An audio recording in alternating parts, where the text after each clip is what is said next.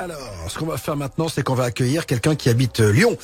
33 ans, c'est Nevid. Salut Nevid. Bonsoir. Toi, tu as vu, on va se tutoyer, Nevid, qu'est-ce que tu as vu, qu'est-ce que tu ressens? Parce que toi, visiblement, tu as une histoire assez particulière. Oui, en fait, j'ai une histoire assez particulière, c'est-à-dire que je pense donc qu'une machine est en train de violer mes pensées. Une machine est en train de violer tes pensées? Oui. C'est-à-dire, explique-moi.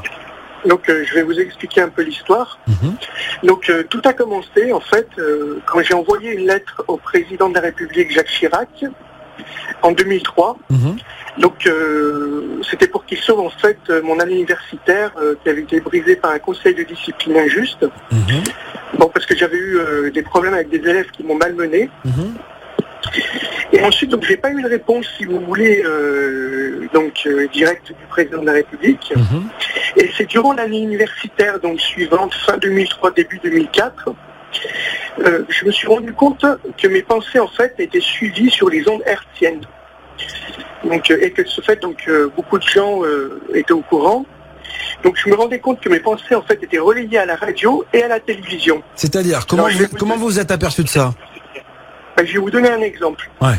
Par exemple, je pense à une voiture rouge. Ouais.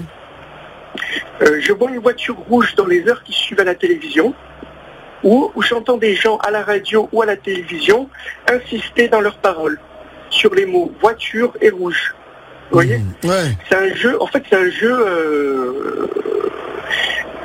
un jeu codé, en fait. Alors, c'est une façon de me dire, une manière codée, c'est une façon de dire que des personnes connaissent mes pensées, en fait. Alors, dites-moi, vous vous êtes jamais posé la question, est-ce un hasard? Parce que pour que ce soit une fatalité, il faut que ce soit souvent. Ça vous arrive souvent?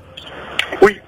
Donc, en fait, moi, je suis certain que c'est pas des coïncidences, parce qu'en fait, il y a eu 3 messages, en fait, de ce genre, déjà chaque jour.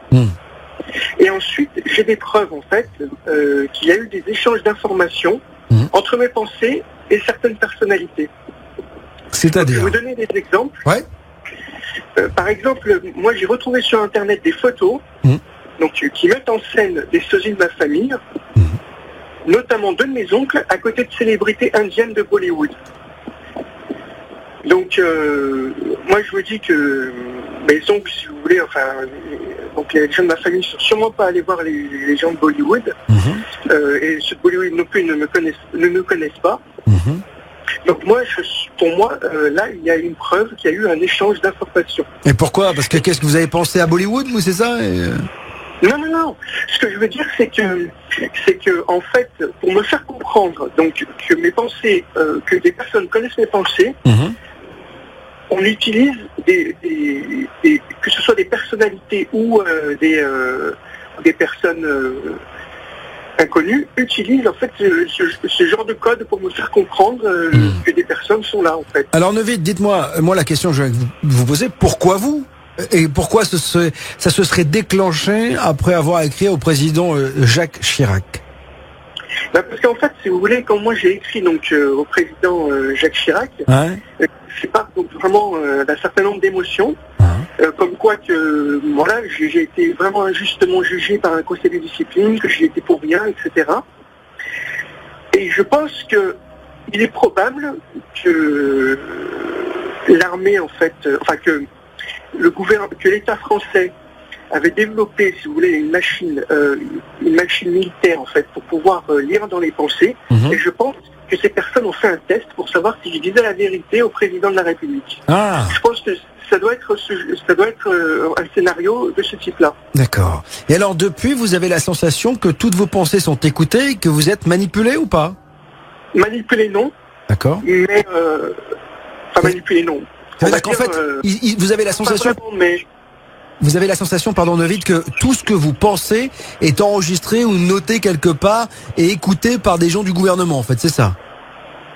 Écoutez, alors pas ce gouvernement actuel, je pense pas, mais c'est le gouvernement de droite qui était avant notre gouvernement de gauche. Ils sont méchants, ceux de droite, ceux-là, on les aime pas, David.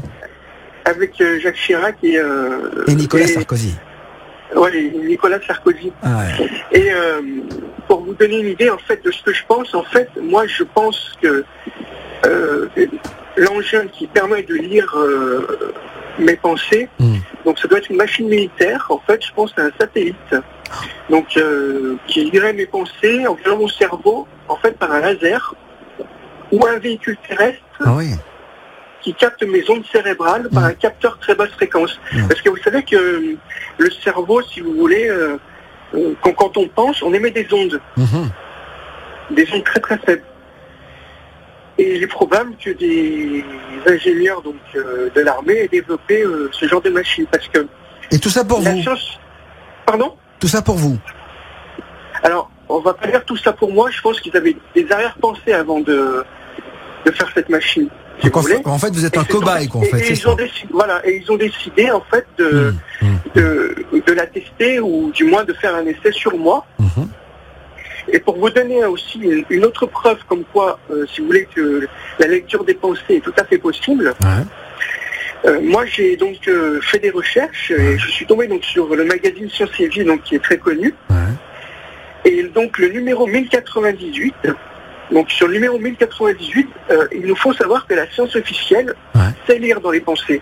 Donc de manière officielle, ils ont annoncé au public qu'on arrive à lire dans les pensées. Donc, c'est pour vous dire, si vous voulez, que dans tout ça, il n'y a rien de paranormal et il n'y a rien d'extraordinaire seulement, c'est des cas très rares. Et moi, je m'en suis rendu compte. Et ce que je voulais en fait vous dire, c'est que malgré ce qui est présenté dans le magazine Science et Vie, on se rend compte que c'est, à mon avis, que c'est une technologie qui est déjà obsolète. À mon avis, la technologie qui m'atteint est déjà beaucoup plus avancée. Et elle est cachée par l'État. Bah ça donc, fait froid dans le dos, non? Qu'est-ce que ça vous fait penser, vous, au fond de vous? Vous pensez à quoi? Vous avez la sensation que votre vie est foutue, que tout ce que vous penserez aujourd'hui sera décrypté, donc que vous vous empêchez de penser à certaines choses, par exemple? Non, mais en fait, disons que ça me gêne quand même beaucoup. Eh ben oui. Je veux dire que le gel des pensées et ses conséquences, ils m'ont causé pas mal de dommages. C'est-à-dire que ça me gêne énormément pour réfléchir, pour étudier, pour travailler. Parce que je pense souvent à ce viol et à ces pensées codées, et à ces messages codés. Et donc je me sens prisonnier, si vous voulez, et ça m'a fait tomber gravement malade, en fait. Heureusement que c'est pas tombé sur Mathieu, parce que les mecs ils auraient monté une boulangerie tellement il a pas tout le temps. Ils pensent qu'à bouffer, donc voilà. Les mecs, c'est ça en fait. C'est quand même assez hallucinant. Mais vous avez essayé d'en parler à je sais pas, par exemple à un médecin, à un psy, à essayer de voir à des je sais pas, à des militaires que vous pourriez connaître ici ou là, à des médecins. Enfin je sais pas. Vous voyez, moi je serais à votre place, je me poserais beaucoup de questions et bien sûr j'essaierais de trouver des réponses. Oui, j'ai contacté en fait un certain nombre de personnes, donc des proches, des inconnus, et aussi des personnalités du monde entier. Et ils m'ont jamais aidé en fait. Donc personne m'a aidé. Et j'ai pas eu de réponse. Enfin, pour certains, j'ai pas eu de réponse. Pour d'autres, j'ai eu des réponses du genre de quoi vous parlez, on comprend pas très bien, etc., etc. Et même à des politiques, donc qui sont en place au gouvernement, à tous les membres du gouvernement qui sont en place à l'heure actuelle. Et là, j'ai pas eu de réponse non plus. Donc moi, j'ai donc lancé une pétition. Donc sur internet. Donc pour la trouver, en fait, il faut taper mon prénom, donc Novide, Novide. Et mon nom de famille, Hussein, H-U-2-S-A-I-N, sur Google. Et vous allez tomber sur mon compte, en fait, Twitter. Et dessus, il y a le lien.